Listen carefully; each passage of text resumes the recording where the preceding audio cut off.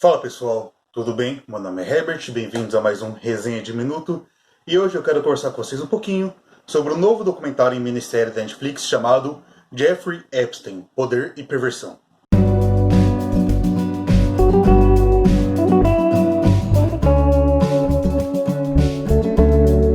Jeffrey Epstein, Poder e Perversão é um documentário em minissérie de 4 episódios da Netflix, lançado agora na semana passada, de 2020, então ele é muito recente.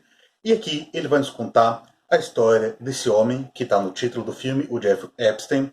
Ele, que foi um bilionário no ramo de investimentos, ações, etc., nos Estados Unidos, e que tinha ligações com muitas pessoas importantes. Sendo que essa seria a parte do poder do subtítulo do documentário. A parte da perversão vem exatamente porque esse cara era um sociopata, abusador, estuprador e demorou muito para ser condenado.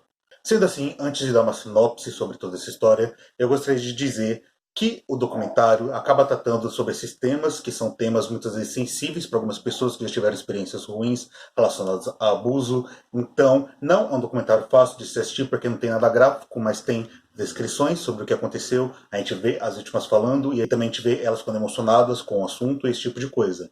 Então, não é um documentário que pode ser para todo mundo, mas é um documentário muito importante. Então já deixo essa ressalva aqui, porque sim, é uma obra que pode dar gatilho para certas pessoas que já tiveram experiências ruins. Beleza? Mas bem, dando uma sinopse em si. O Jeffrey, ele era um cara que dentro desse ramo, ele se envolvia com as pessoas importantes e trabalhava de certa forma administrando a fortuna dessas pessoas importantes. Sendo que assim, ele construiu uma fortuna muito grande e começou a se blindar. Ele era um cara muito blindado, no sentido que ele tinha mansões isoladas, ele chegou a ter ilhas particulares. Além disso, ele chantageava as pessoas próximas dele, então dificilmente as pessoas tinham acesso a ele. Então, assim, ele se blindou para poder fazer coisas absurdas. No esquema que ele criou aqui, ele é atrás de mulheres, mas não só mulheres, ele perseguia principalmente adolescentes e pré-adolescentes. Então, além de ser um abusador, ele também era um pedófilo. Ele chamava essas pessoas para ir na casa dele com o intuito de pagar, fazer alguns serviços e, decorrendo disso, ele acabava cometendo seus abusos. E, como manipulador que ele era, já que ele manipulava muitas pessoas, tanto no ramo empresarial, no ramo de sua vida pessoal, nesse sentido ele também o fazia. Ele acabava manipulando as suas vítimas para elas se sentirem ameaçadas, perseguidas a todo momento e com medo de poder levar qualquer acusação para frente. Eu não quero entrar no mérito de como ele fazia as coisas que ele fazia, porque eu acho que é interessante ver o documentário e escutar isso das próprias vítimas para a gente sentir o peso de tamanha monstruosidade que ele fez. Mas o que é importante dizer aqui é que ele praticamente criou um sistema de pirâmide onde ele comprometia abusos sexuais e também tráfico de pessoas. No caso aqui, o sistema de pirâmide, como que ele funcionava? As pessoas que ele tentava aliciar, as mulheres, as meninas que ele tentava aliciar e não conseguia, ele acabava se favorecendo da vulnerabilidade delas para oferecer dinheiro para que elas então trouxessem outras pessoas, outras meninas, para ele. Então ele se aproveitava de uma criança de 15 anos que muitas vezes passava por dificuldade e falava, ó, te dou $200 se você me trouxer mais uma ou duas pessoas. Então assim ele acabava criando um sistema de pirâmide, tanto das pessoas com que ele abusava e das pessoas que ele não conseguia literalmente abusar no sentido sexual, mas abusava delas psicologicamente. Sendo assim, ele criou uma rede de centenas de vítimas. Além disso, também é importante dizer que ele chegou assim a ser denunciado, porém, como ele era um cara extremamente blindado, as investigações não andavam. Ele chegou em 1996 a ser denunciado por uma menina e pela irmã dela ao FBI e nunca deu em nada. Em 2006, de novo, ele chegou a ser acusado, ele até chegou a ser preso, mas acabou fazendo um acordo para sair da prisão. Enfim, é um cara que demorou muito para conseguir sofrer um pouco de punição. Isso é, a gente pode dizer que ele sofreu punição, mas isso eu vou dizer um pouquinho lá mais para frente. O que é importante dizer aqui é que esse cara é um monstro e esse é um documentário muito importante para a gente ver como pessoas poderosas conseguem se blindar, fazer monstruosidades e muitas delas ainda estão soltas por aí.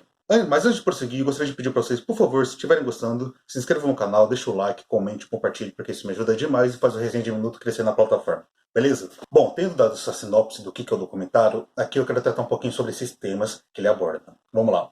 Quando eu digo que pessoas importantes estavam em torno dele, eu quero dizer que pessoas realmente muito grandes que estão aí por aí hoje. E o que é curioso olhar dessas pessoas que estão envolvidas com ele, que a maioria delas também tem histórico de abuso sexual. Vou dar alguns exemplos. O atual presidente dos Estados Unidos, Donald Trump, ele tem muitas acusações em cima dele de abuso sexual durante muitos anos e está lá sendo presidente dos Estados Unidos. O Woody Allen já foi visto com o Jeffrey Epstein algumas vezes. O Woody Allen tem acusação, inclusive, da filha adotiva dele. O produtor Harvey Weinstein, que eu já fiz até um vídeo no caso dele, com a treta que ele teve com o Bong Joon-ho, que atualmente está preso. Ele cumpre uma condenação de 23 anos, também por causa de abuso sexual e estupro. O príncipe Andrew, que é um cara da família real, que inclusive a família real até afastou ele colocou meio que a sujeira embaixo dos panos. Foi um cara que muitas vezes estava com o Jeffrey participando. Muitas mulheres falaram que sim, ele abusava delas também. Então, são caras que estão livres por aí. O advogado, inclusive, do Jeffrey, que é um professor de Harvard, um cara extremamente conceituoso, também foi acusado pelas vítimas de ter participado dos abusos,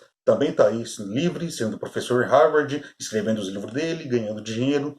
Ah, e um cara importante também dizer que também está nesse meio foi o próprio Bill Clinton, ou seja, não é só o Donald Trump, outros políticos também se envolvidos nisso. O Bill Clinton, inclusive, ele nega, fala que nunca foi, por exemplo, para a ilha privada do Jeffrey, sendo que nos registros de voo para a ilha, tem o nome do Bill Clinton aparece mais de 26 vezes e funcionários já afirmaram que viram ele lá. O príncipe Andrew, ele nega que nunca cometeu abuso e nega inclusive coisas óbvias. Por exemplo, quando mostraram uma foto dele com uma mulher que acusou ele de abuso, ele fala que não se lembra de como tirou aquela foto, ele não se lembra daquele dia, ele não se lembra de nada, ele só sabe negar e falar que não se lembra. É absurdo isso ver essas pessoas livres enquanto as vítimas estão sofrendo, as vítimas nunca mais vão poder ter uma vida normal, porque esses fantasmas, os traumas, não tem como, vão assombrá-las eternamente, e essas pessoas ficam dando literalmente de louco, falando que não participaram de nada, ficam negando o óbvio e ninguém pune elas. Inclusive, como eu falei, o Jeffrey não dá nem para dizer que ele foi realmente punido. E aqui eu quero comentar um pouquinho sobre o final desse caso todo. Então, se você tem interesse em assistir essa série, querendo aprofundar bastante nela e sem saber qual foi o final, eu aconselho que pare o vídeo aqui, já se inscreva no canal se gostou, dê o like, comente, compartilhe, porque isso me ajuda muito. Agora, se você já assistiu essa série ou não liga de saber qual que é o final antes de assistir o documentário, fica aqui que eu quero comentar uma coisinha. O Jeffrey, como a gente viu no final do documentário, foi preso, não antes de acabar com a condenação, de acabar o processo dele, de ser julgado em si. Ele foi preso porque ele foi considerado uma pessoa muito perigosa para a sociedade. O que vale ressaltar aqui é que ele foi ser preso apenas em 2019, sendo que a primeira acusação com ele foi em 1996, 23 anos depois. Além disso, nem se sabe se ele já tinha cometido crimes antes, que é bem possível, porque naquele momento ele já era muito influente, muito poderoso, sendo que desde muito jovem ele já era considerado mulherengo. Então, possivelmente, esse cara cometia abusos muito antes disso, mas mesmo assim, 23 anos depois da primeira denúncia, que inclusive foi lá no FBI, o cara só foi ser preso naquela vez. Ah, Herbert, ele já tinha sido preso antes. Aquela prisão que ele teve antes no acordo, não conta, já que o cara saía da prisão 6 vezes por dia na semana, durante 12 horas, para poder trabalhar, voltava para a prisão apenas para dormir, ficava numa sala separada dos demais, comia, bebia muito melhor que os demais, tinha acesso à televisão, não precisava se vestir como presidiário, enfim, aquela prisão dele na verdade era praticamente um hotel. Aqui, quando ele realmente foi preso, ele resolveu se matar. Eu quero dizer um pouquinho sobre isso porque o próprio documentário aborda sobre teorias que tem em relação a isso.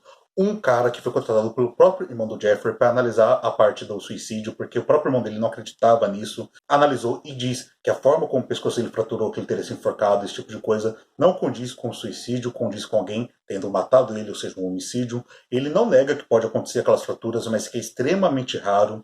E considerando alguns nomes que eu citei, inclusive nome de políticos grandes, como Donald Trump, Bill Clinton, pessoas da realeza, pessoas do cinema, como Kevin Spacey, etc., que estavam junto dessa pessoa, além de tantos que a gente não tem conhecimento, existe sim uma teoria de conspiração que essas pessoas poderosas teriam talvez optado por calá-lo, já que na medida que ele visse que ele seria preso perpetuamente, ficaria preso pro resto da vida, ele poderia talvez fazer acordos, esse tipo de coisa, para entregar o resto da rede.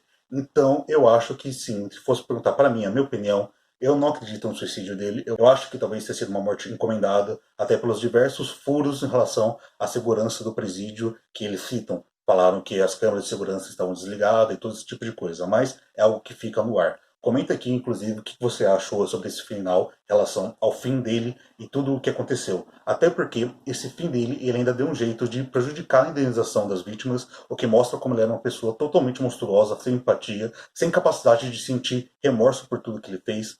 E, além disso, as próprias vítimas, muitas delas, dizem que não ficaram satisfeitas porque queria que ele sofresse a punição no sentido de ver ele sendo condenado, dele ver as vítimas falando na cara dele tudo que ele fez. É algo que realmente não satisfaz só a morte da pessoa, porque tudo que aquelas pessoas estão sentindo é algo realmente monstruoso, é algo que eu, como homem, por exemplo, nunca vou ter como saber, no sentido de que ser abusado dessa forma e viver com medo disso acontecer novamente, porque inclusive muitas delas já tinham sido abusadas antes, já que a gente vive numa sociedade extremamente machista, é algo extremamente complexo e que a gente, como sociedade, tem que ter um mínimo de empatia e também cobrar para que coisas assim não aconteçam mais, para que as pessoas possam ter coragem de denunciar, de correr atrás de seus direitos e principalmente cobrar das autoridades que façam trabalhos dela direito. Inclusive porque, como eu falei, diversas pessoas poderosas estavam envolvidas nesse esquema, nessa rede, e muitas delas ainda estão soltas, e não só elas, provavelmente no mundo existem coisas absurdas que começam acontecendo, e muitas vezes essas coisas nunca virão a ser julgadas. Enfim, pessoal, é isso. Espero que vocês tenham gostado. Não esqueçam de se inscrever no canal, deixar o like, comentar e compartilhar. Me contem aqui se vocês assistiram esse documentário, se gostaram. Eu vou ficando por aqui. Espero vocês no próximo vídeo. Fiquem bem. Até a próxima. Tchau, tchau.